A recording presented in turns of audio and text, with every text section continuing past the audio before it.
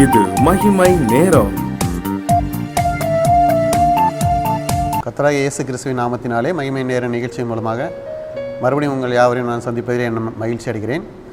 இந்த நாட்களிலும் நாம் நம்முடைய வாழ்க்கையிலே வரும் உபத்திரவங்கள் நமக்கு கற்றுத்தரும் பாடம் என்ன என்பதை பற்றி நாம் தியானித்து கொண்டிருக்கிறோம்.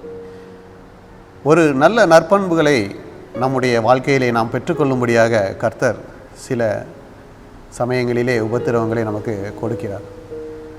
அப்படி ஒரு மனிதர் தன்னுடைய வாழ்க்கையிலே உபத்திரவங்களை பெற்றுக்கொள்கிறார். அந்த மனிதன் அந்த உபத்திரவத்தின் மூலம் கற்றுக்கொள்கிற ஒரு நற்பண்புகளை பற்றி நாம் இன்று சற்று தியானிப்போம். அதற்கு ஆதாரமாக எடுத்துக்கொண்ட வேத பகுதி பிலிப்பியர் 4:11. என் குறைச்சலினால் நான் இப்படி சொல்லுகிறதில்லை, ஏனெனில் நான் எந்த நிலைமையில் இருந்தாலும் மனரம்யமாய் இருக்க கற்றுக்கொண்டேன் என்று சொல்கிறார். பவுல் தன்னுடைய வாழ்க்கை பாதையிலே அவர் இயேசுவின் சுவிசேஷத்தை பிரசங்கித்து கொண்டு வருகிறார். அப்படிப்பட்ட சூழ்நிலையிலே அவர் பல உபத்திரவங்களை இயேசுவுக்காக ஏற்றுக்கொண்டார். இங்கே நாம் பார்த்தோமானால் என் குறைச்சலினால் நான் இப்படி சொல்கிறதில்லை என்று சொல்கிறார். அவர் குறைவுபட்டு மிகப்பெரிய உபத்திரவத்துக்குள்ளாக காணப்படுகிறார். அதனால் அவர் சொல்கிறார், நான் குறைந்து இருக்க போதும் எந்த நிலைமையில் இருந்தாலும் மனரம்யமாக இருக்க கற்றுக்கொண்டேன் என்று சொல்கிறார். மனரம்யம் என்பது ஒரு திருப்தியை குறிக்கிறது, போதும் என்கிற மனநிலையை குறிக்கிறது.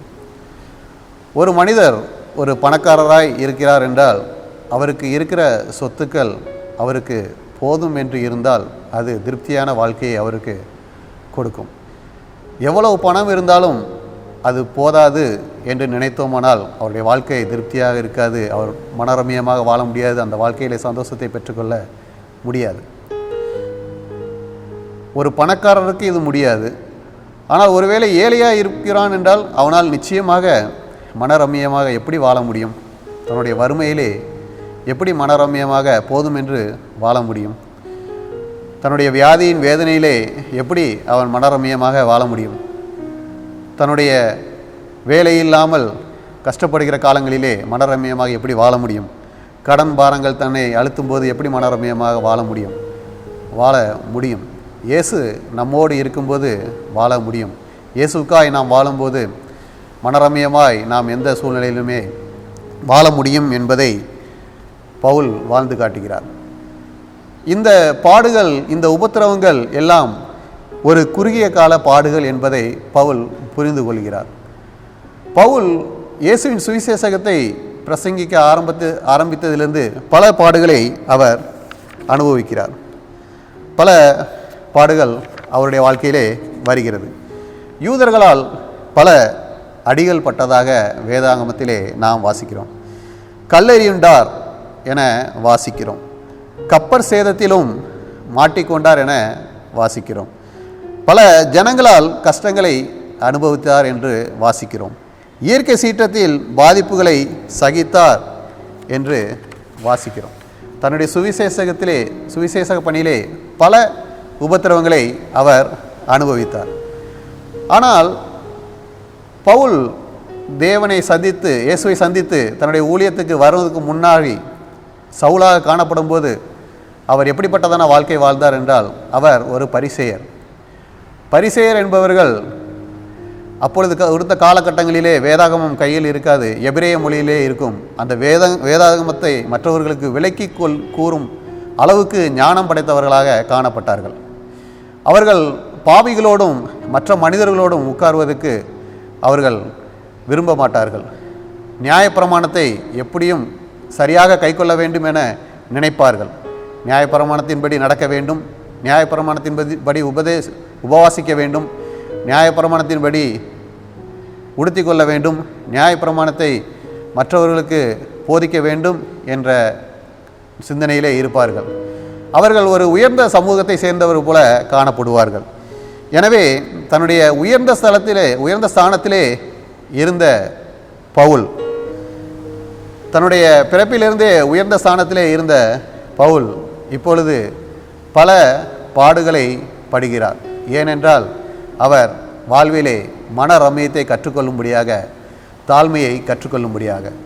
இந்த மனரம்யத்தையும் தாழ்மையும் அவர் கற்றுக்கொள்வதற்கான காரணம், அவர் இயேசுவை தன்னுடைய வாழ்க்கையிலே ஏற்றுக்கொண்டு இயேசுவை போல தன்னை தாழ்த்துகிறார். அவருடைய வாழ்க்கையிலே உபத்திரவங்கள் அவருக்கு தாழ்மையை கற்றுக் கொடுக்கிறது. ஏனென்றால் எந்த சமயத்திலும் அவர் உயர்த்தப்படும் போது அது போதும் என்ற மனரம்யத்தோடு அவர் காணப்பட வேண்டும். அவர் தன்னை எந்த உயர்ந்த நிலைக்கு போகும்போதும் அவர் தன்னை தாழ்த்தி அதில் நடந்து கொள்ள வேண்டும் என்பதற்காக அந்த உபத்திரவத்தின் பாதையாக அவர் கடந்து செல்கிறார் என பார்க்கிறோம். ஒரு சமயத்திலே லீசிரா நாட்டிலே பிறவி சப்பானியாகிய ஒரு மனுஷனை பவுலிடம் கொண்டு வருகிறார்கள்.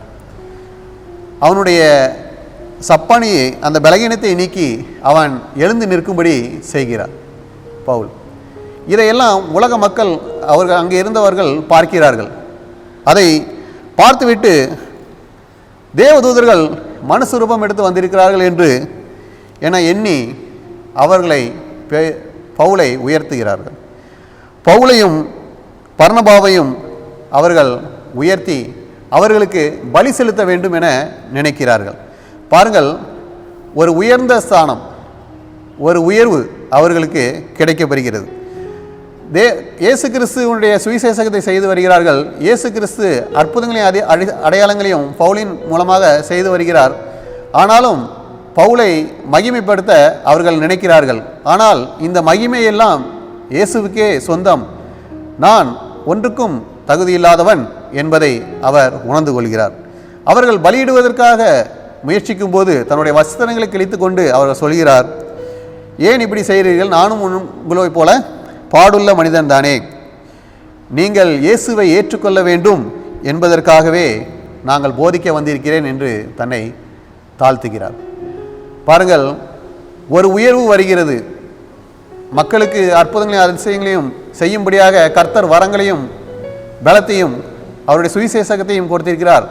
அதன் மூலமாக அவர் சுவிசேஷகம் பிரசங்கிக்கிறார். நிறைய மக்கள் அவரை இயேசுவை இரட்சகராக ஏற்றுக்கொள்கிறார்கள்.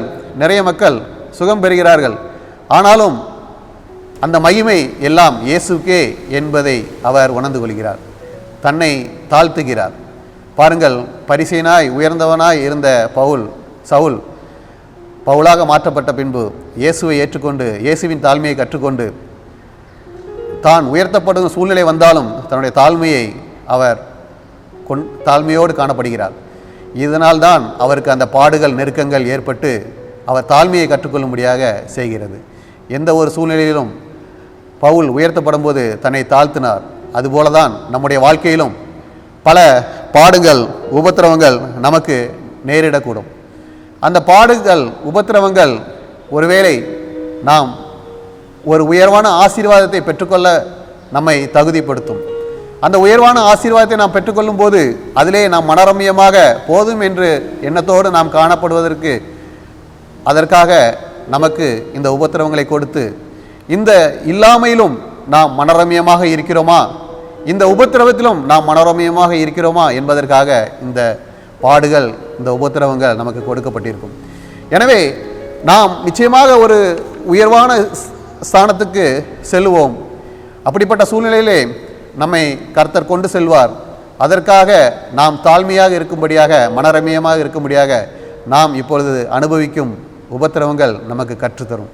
கர்த்தர் தாமே அந்த உபத்திரவங்களை நம்மை விட்டு நீக்கி போட்டு சீக்கிரமாக நம்மை உயர்த்தி மனரம்யமாக நாம் எப்பொழுதும் வாழ்ந்திருக்கும்படி செய்து நம்மை மகிழ செய்வாராக. ஆமென். ஜெபம். கர்த்தாவே, இந்த நாளிலும் மனரம்யமாய் வாழ்ந்து தாழ்மையாய் வாழ்வதற்கு உபத்திரவம் எங்களுடைய வாழ்க்கையில் வருகிறது என்பதை பற்றி தியானித்தோம்.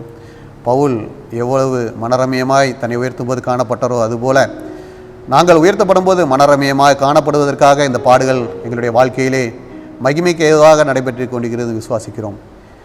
அந்த பாடுகளை நாங்கள் சகித்து உயர்வாக நீர் வைத்திருக்கும் உயர்வை நாங்கள் பெற்றுக்கொள்ளும்படியாக எங்களை ஆசீர்வதித்து மகிழ செய்து அந்த ஆசீர்வாதத்தை பெற்றுக்கொள்ள கிருபை செய்ய வேண்டுமாய் இயேசு கிறிஸ்துவின் மூலம் ஜெபிக்கிறோம் நல்ல பிதாவே. ஆமென்.